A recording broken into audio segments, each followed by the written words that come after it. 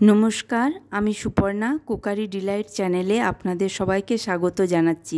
Mango সিজনে যদি mango cake বানানো না হয় তাহলে কি ভালো লাগে? আপনাদের আগের রেসিপিতে বলেছিলাম দারুণ একটা কেকের রেসিপি আপনাদের কাছে নিয়ে আসবো। আর তাই আজকে সুপার সফট ম্যাঙ্গো জেল কেকের রেসিপি নিয়ে এসেছি। ম্যাঙ্গো জেল মার্বেল চকলেট কেমন করে বানালাম পুরো ভিডিওটা দেখুন, আর তারপর আপনারাও একবার ট্রাই করে দেখতে পারেন এই কেকের রেসিপিটা। চলুন দেখে নিই কেমন করে আমি বানালাম। এর জন্য প্রথমে আমি মিডিয়াম লো ফ্লেমে গ্যাসটা অন করে প্রিহিট হতে দিয়েছি 10 মিনিটসের মতন কড়াইটা। এরপর আমি হাফ কাপ মিল্ক নিয়ে তার মধ্যে 2 টিস্পুন লেমন জুস অ্যাড করে ওটা কাডল হতে দিলাম। কাডল মিল্কটা আমার 5 মিনিটস রাখার পর রেডি হয়ে গেছে। আমি একটা বাউলে ট্রান্সফার করে নিলাম কাডল মিল্কটা। এরপর 1/4 কাপ রিফাইন অয়েল ওর সঙ্গে অ্যাড করে দিয়ে ভালো করে মিক্স করে নিচ্ছি। এর মধ্যে আমি 3/4 কাপ আমি পাউডার সুগার অ্যাড করে দিলাম, ওটাও আমি ভালো করে মিক্স করে নিচ্ছি। এর মধ্যে আমি 1 টিস্পুনের মতন ভ্যানিলা এসেন্স অ্যাড করে দেব, সেটাও ভালো করে মিক্স করে নেব ধীরে ধীরে। দেখুন এইভাবে ভালো করে স্মুথ পেস্টের মতন রেডি হয়ে যাবে। আমার মিক্সিংটা আস্তে আস্তে করে নিলে লাম্পস থাকবে না। এর মধ্যে আমি ম্যাঙ্গো পাল্প হাফ কাপের মতন অ্যাড করে ভালো করে মিক্স করে নিচ্ছি। এর মধ্যে আমি ড্রাই ইনগ্রেডিয়েন্টস দিয়ে দিচ্ছি একটা চালনির মধ্যে রেখে। এখানে আমি 1.5 কাপের মতন রিফাইন্ড ফ্লাওয়ার দিয়েছি, হাফ কাপের মতন আমি পাউডার মিল্ক অ্যাড করে দিয়েছি টেস্টটা ভালো হওয়ার জন্য। এখানে আপনারা পাউডার মিল্ক আপনাদের পছন্দ অনুযায়ী কোম্পানির ইউজ করতে পারেন। আমি এখানে 1 টিস্পুনের মতন বেকিং পাউডার নিয়েছি আর হাফ টিস্পুনের মতন বেকিং সোডা অ্যাড করে ভালো করে সিভ করে নিলাম। কাট অ্যান্ড ফোল্ড মেথডে আমি পুরো ব্যাটারটা মিক্স করে নিচ্ছি কেকের ব্যাটারটা। এর মধ্যে আমি ভালো কালার আনার জন্য 2-3 ড্রপ ইয়েলো ফুড কালার আমি অ্যাড করে দিয়েছি। এখানে আমি মোল্ড রেডি করে নিচ্ছি। মোল্ড রেডি করার জন্য আমি বাটার পেপারটা শেপে ঠিক মতন কেটে নিচ্ছি। এইভাবে পেছন দিকে যদি আপনি মোল্ডটাকে রেখে বাটার পেপারটাকে ফোল্ড করে নেন তাহলে ঠিক মাপের মাপ মোল্ডের শেপে চলে আসে বাটার পেপারটা। বাটার পেপারটা লাগানোর সময় আমি অয়েল দিয়ে সামান্য গ্রিস করে নিয়ে তারপর বাটার পেপারটা আমি স্টিক করে নিচ্ছি। এখানে দেখুন আমার বাটার পেপারটা ঠিক মতন সেট হয়ে গেছে। অয়েল দিয়ে আমি গ্রিস করে নিলাম। এরপর আমি কেকের ব্যাটারটা গ্র্যাজুয়ালি ওর মধ্যে ফিল করে নিচ্ছি। আমার ফিল করা হয়ে গেছে। এদিকে আমার কড়াইটাও প্রিহিট হয়ে গেছে। আমি বসিয়ে দিয়েছি মোল্ডটা। আমার 40 থেকে 45 মিনিটসের মতন আমি রেখে ওটা বেক করে নিলাম। আমি চেক করে নিচ্ছি এখন আমার বেক হয়েছে কি না। বেক আমার হয়ে গেছে।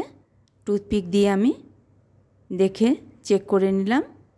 এরপর আমি ম্যাঙ্গো গ্লেজ রেডি করে নিচ্ছি।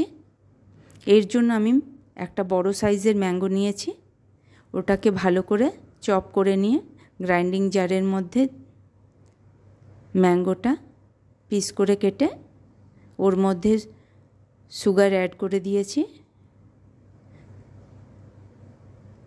ম্যাঙ্গো পাল্প আর সুগার ভালো করে গ্রাইন্ড করে নিয়ে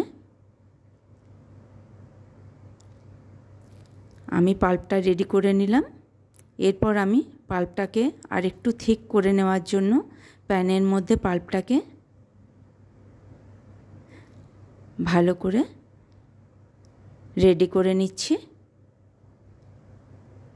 এর মধ্যে আমি দেখুন ফুটতে শুরু করে দিয়েছে।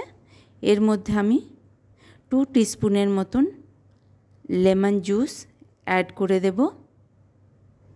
ম্যাঙ্গোর গ্লেজটা রেডি করার জন্য। কেকে আমি ম্যাঙ্গো গ্লেজ দিয়ে আমি এই ম্যাঙ্গো কেকটা রেডি করব। কেকটা ডেকোরেশনের জন্য আমি এখানে কম্পাউন্ড চকলেট নিয়েছি, ডাবল বয়েলিং মেথডে মেল্ট করে নিয়ে সিলিকন মোল্ডের মধ্যে আমি হার্ট শেপের মোল্ডে ফিল করে নিচ্ছি। দেখুন সবগুলো আমার ফিল করা হয়ে গেছে। সিলিকন মোল্ডে এটা ফিল করার পর আমি রেড, ইয়েলো, গ্রিন কালার দিয়ে আমি এটা মার্বেল লুক করে দিচ্ছি চকলেটগুলোর মধ্যে। 1 ড্রপ করে করে আমি কালার অ্যাড করেছি। এগুলো সব oil based colour, chocolate colour.